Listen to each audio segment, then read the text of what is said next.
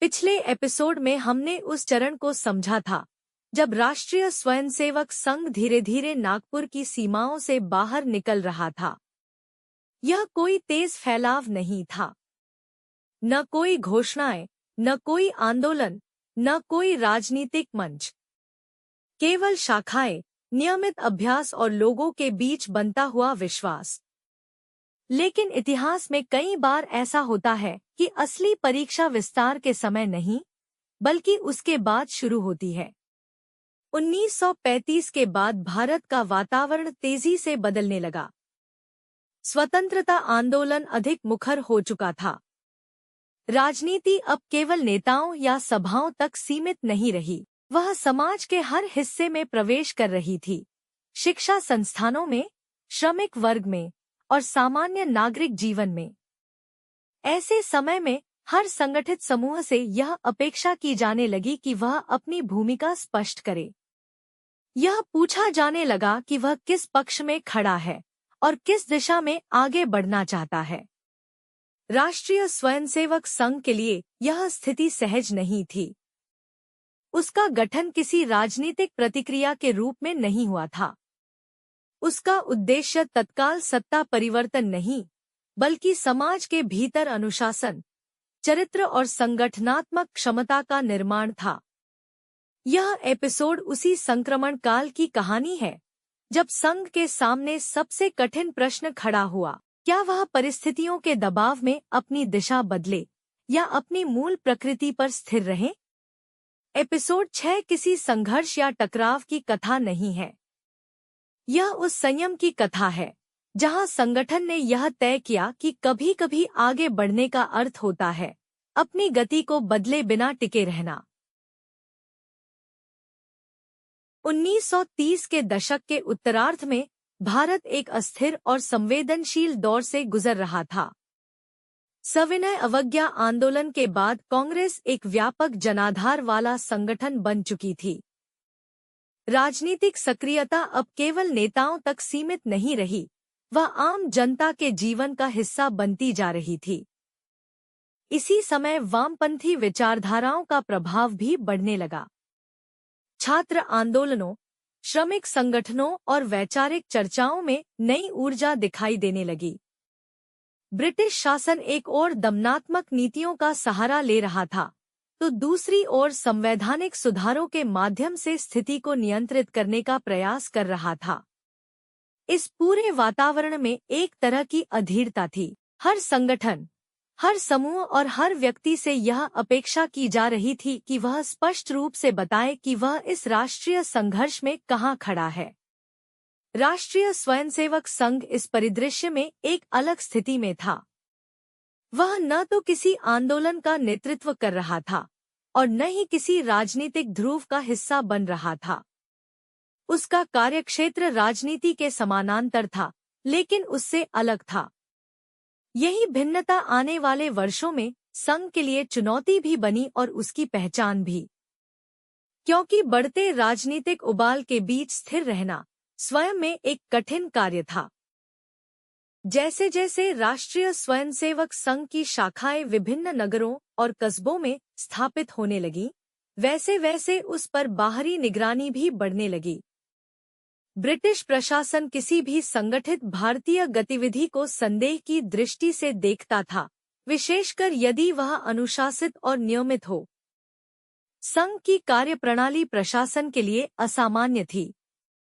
निश्चित समय पर एकत्र होते युवक, शारीरिक प्रशिक्षण, सामूहिक प्रार्थना और स्पष्ट अनुशासन, ये सभी तत्व किसी राजनीतिक संगठन जैसे दिखाई देते थे, लेकिन उनके भीतर किसी प्रकार की राजनीतिक गतिविधि नहीं पाई जाती थी।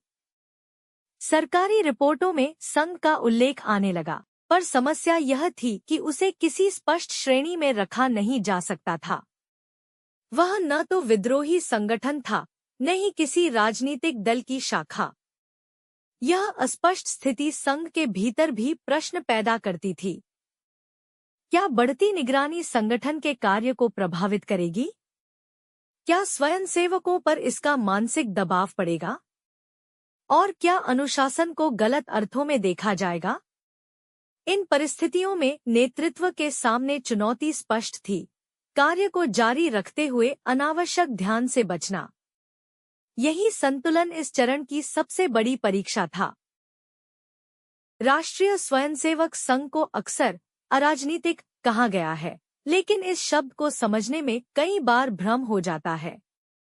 अराजनीतिक होने का अर्थ राजनीति से अनजान होना नहीं था, और न ही यह राष्ट्रीय परिस्थितियों से उदासीन रहने का संकेत था।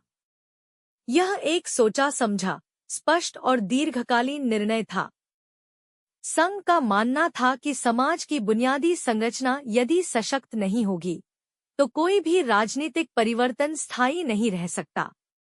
इसलिए उसका मुख्य ध्यान सत्ता संघर्ष पर नहीं, बल्कि सामाजिक अनुशासन, चरित्र निर्माण और सामूहिक जिम्मेदारी की भावना पर था। यही कारण था कि शाखाओं में राष्ट्रीय घटनाओं पर चर्चा तो होती थी, लेकिन उनसे कोई संगठनात्मक राजनीतिक निष्कर्ष नहीं निकाले जाते थे। व्यक्तिगत स्वयंसेवकों को अपने नागरिक दायित्व निभाने से नहीं रोका गया। वे अपने विवेक के अनुसार समाज और राष्ट्र के लिए निर्णय ले सकते थे। लेकिन संगठन के रूप में संघ ने स्वयं को किसी आंदोलन, प्रस्ताव या राजनीतिक मंच से नहीं जोड़ा। यह संतुलन बनाए रखना आसान नहीं था। जब चारों ओर भावनात्मक उबाल था और स्पष्ट पक्ष लेने का दबाव था, तब स्वयं को संयम में रखना एक कठिन कार्य था। लेकिन इसी संयम ने संघ को एक आंदोलन से अलग, एक संस्था के रूप में स्थापित किया। इस काल में अराजनीतिक रहना निष्क्रियता नहीं, बल्कि एक प्रकार की अनुशासित सक्रियता थी, जो तत्काल प्रतिक्रिया के बजाय दीर्घकालीन सामाजिक तैयारी पर केंद्रित थी। इन परिस्थितियों में नेतृत्व के सामने चुनौती स्पष्ट थी, कार्य को जारी रखते हुए अनावश्यक ध्यान से बचना। यही संतुलन इस चरण की सबसे बड़ी परीक्षा था। जब बाहरी वातावरण अनिश्चित और अस्थिर हो, तब किसी संगठन की असली शक्ति उसकी आंतरिक संरचना में दिखाई देती है। राष्ट्रीय स्वयंसेवक संघ के लिए यह संरचना उसकी शाखा प्रणाली थी। दैनिक शाखा, निश्चित समय, नियमित अभ्यास और स्पष्ट मर्यादाएं, ये सब मिलकर एक ऐसा ढांचा बनाते थे जो बाहरी उथल-पुथल से कम प्रभावित होता था। इस चरण में संघ ने अपनी कार्यप्रणाली में कोई बड़ा परिवर्तन नहीं किया। न विशेष सभाएं बुलाई गईं, न आपात घोषणाएं की गईं, और न ही परिस्थितियों के अनुसार नए कार्यक्रम जोड़े गए। शाखा उसी प्रकार चलती रही जैसे पहले चलती थी। यही निरंतरता संघ की सबसे बड़ी ताकत बनी। स्वयंसेवकों के लिए शाखा केवल अभ्यास का स्थान नहीं थी। वह एक स्थिर बिंदु थी, जहां भावनाएं संतुलित होती थी और दृष्टि दीर्घकालीन बनी रहती थी। राजनीतिक चर्चाओं और सामाजिक तनाव के बीच शाखा ने अनुशासन और संयम का वातावरण बनाए रखा। इतिहास में अनेक संगठन बाहरी दबावों के कारण अपनी दिशा बदल लेते हैं। संघ ने इस काल में यह सीख ली कि परिस्थितियों के अनुसार ढलने से अधिक महत्वपूर्ण है अपनी मूल प्रक्रिया को सुरक्षित रखना। यही आंतरिक अनुशासन आगे आने वाले कठिन वर्षों में संगठन की नींव बनता है। इस काल में राष्ट्रीय स्वयंसेवक संघ के नेतृत्व की भूमिका को समझने के लिए उसके शब्दों से अधिक उसके मौन को देखना आवश्यक है। यह वह समय था जब सार्वजनिक वक्तव्यों, घोषणाओं और प्रतिक्रियाओं की अपेक्षा की जा रही थी। लेकिन संघ नेतृत्व ने जानबूझकर इस मार्ग को नहीं चुना। कोई प्रेस बयान नहीं दिया गया, कोई सार्वजनिक समर्थन या विरोध प्रकट नहीं किया गया, कोई भावनात्मक प्रतिक्रिया सामने नहीं आई। यह मौन किसी भय या असमर्थता का परिणाम नहीं था। यह एक अनुशासित निर्णय था। नेतृत्व यह समझता था कि यदि संगठन भावनात्मक उभार में बह गया, तो उसकी आंतरिक संरचना कमजोर पड़ सकती है। इसलिए सबसे कठिन विकल्प चुना गया, संयम। इतिहास में अक्सर नेतृत्व को उसके सक्रिय हस्तक्षेप के लिए जाना जाता है, लेकिन इस चरण में नेतृत्व का योगदान अदृश्य था। उसने संगठन को अपनी गति बदलने नहीं दी। उसने स्वयंसेवकों को यह भरोसा दिया कि प्रक्रिया ही मार्गदर्शक है, न कि तत्काल परिस्थितियां। यह मौन नेतृत्व का अभ्यास था, जहां शक्ति प्रदर्शन के बजाय धैर्य को प्राथमिकता दी गई। यही दृष्टिकोण संघ को व्यक्तिकेंद्रित संगठन बनने से रोकता है और उसे एक संस्थागत ढांचे में विकसित करता है। इस काल में लिया गया यह निर्णय आगे चलकर संघ के इतिहास में एक मौन लेकिन निर्णायक मोड़ सिद्ध होता है। जैसे जैसे यूरोप में युद्ध की आहट तेज होती गई, उसकी छाया भारत तक पहुंचने लगी। यह केवल एक अंतर्राष्ट्रीय घटना नहीं थी, बल्कि औपनिवेशिक भारत के लिए एक नई राजनीतिक और नैतिक स्थिति थी। ब्रिटिश शासन ने भारत की सहमति के बिना उसे युद्ध में सम्मिलित मान लिया और यहीं से राष्ट्रीय स्तर पर असमंजस की स्थिति उत्पन्न हुई। स्वतंत्रता आंदोलन से जुड़े संगठनों और नेताओं के सामने यह प्रश्न था कि इस युद्ध के प्रति क्या रुख अपनाया जाए। कुछ इसे साम्राज्यवादी संघर्ष मानते थे, तो कुछ इसे रणनीतिक अवसर के रूप में देखते थे।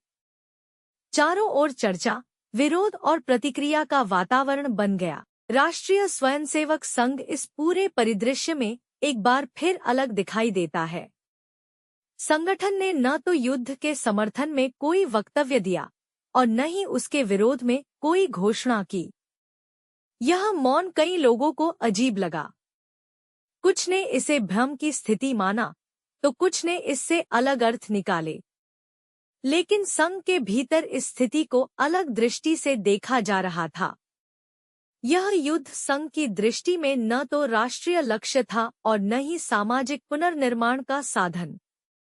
इसलिए संगठन ने स्वयं को इस संघर्ष से सीधे जोड़ने से बचाया। यह निर्णय तत्काल प्रतिक्रिया के विरुद्ध था, लेकिन दीर्घकालीन दृष्टि से यह संघ की उसी नीति का विस्तार था जिसमें वह स्वयं को राजनीतिक घटनाओं का उपकरण बनने से रोकता रहा था।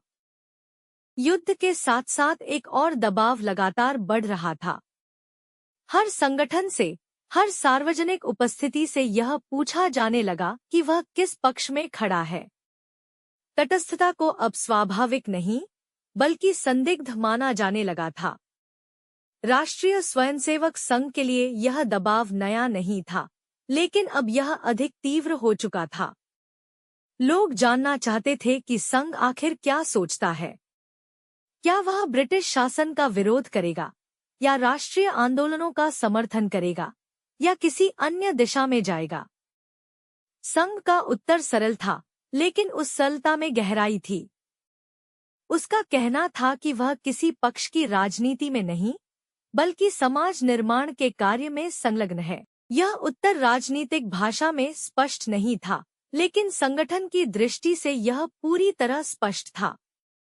संघ मानता था कि राजनीतिक सत्ता अस्थायी होती है, लेकिन समाज की संरचना दीर्घकालीन होती है।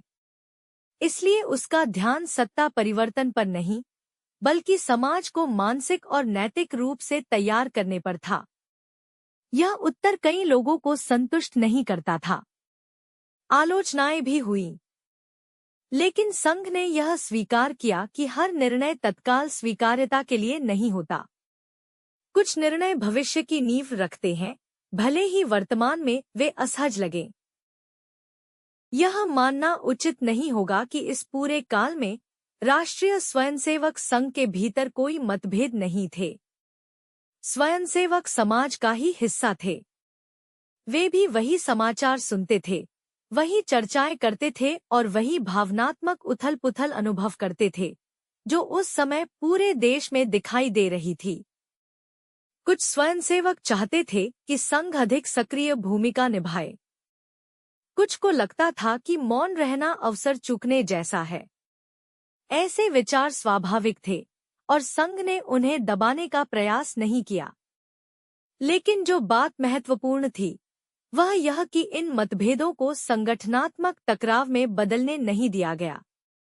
शाखा प्रणाली ने यहाँ महत्वपूर्ण भूमिका निभाई। शाखाओं में चर्चा होती थी, विचार रखे जाते थे, लेकिन संगठनात्मक दिशा वही रहती थी, जो पहले से तय थी। संघ ने व्यक्ति को संस्था से ऊपर नहीं रखा। व्यक्तिगत विचारों को सम्मान दिया गया, लेकिन संगठन की प्रक्रिया को प्राथमिकता दी गई। यही संतुलन संघ को आंतरिक रूप से टूटने से बचाता है। इतिहास में कई संगठन आंतरिक मतभेदों के कारण कमजोर पड़ जाते हैं। इस काल में संघ ने यह सीखा कि मतभेदों को दबाने के बजाय उन्हें एक अनुशासित ढांचे में समाहित करना अधिक टिकाऊ मार्ग है। इस चरण में राष्ट्रीय स्वयंसेवक संघ के विकास को केवल संख्या या फैलाव के आधार पर समझना पर्याप्त नहीं होगा। यह वह समय नहीं है जब नई शाखाएं तेजी से खुल रही हों या संगठन अपने आकार को बढ़ाने में लगा हो। इसके विपरीत यह एक ऐसा काल था जब संघ ने अपने कदम जानबूझकर धीमे रखे। इस धीमेपन को अक्सर गलत अर्थों में लिया गया। कुछ लोगों को यह लगा कि संगठन ठहर गया है या परिस्थितियों से घबराकर पीछे हट रहा है, लेकिन वास्तविकता इससे अलग थी। संघ यह समझ चुका था कि अस्थिर वातावरण में तेज विस्तार संस्था को कमजोर बना सकता है। इतिहास में कई उदाहरण हैं जहां संगठन भावनात्मक वातावरण में तेजी से फैलते हैं, लेकिन जब परिस्थितियां बदलती हैं तो वे उतनी ही तेजी से बिखर भी जाते हैं। संघ ने इस जोखिम से बचने का मार्ग चुना। उसने यह निर्णय लिया कि विस्तार से अधिक महत्वपूर्ण है आंतरिक मजबूती। इस काल में शाखाओं का नियमित संचालन, स्वयंसेवकों का निरंतर प्रशिक्षण और संगठनात्मक मर्यादाओं का पालन प्राथमिकता बना रहा। यही स्थिरता संघ के लिए एक प्रकार की तैयारी थी, ऐसी तैयारी जो बिना किसी घोषणा के की जा रही थी। यह समय संघ के लिए रुकने का नहीं, बल्कि संभलने का था। यह समझ विकसित हो रही थी कि दीर्घकालीन यात्रा में कभी-कभी गति कम करना भी आगे बढ़ने का ही एक रूप होता है।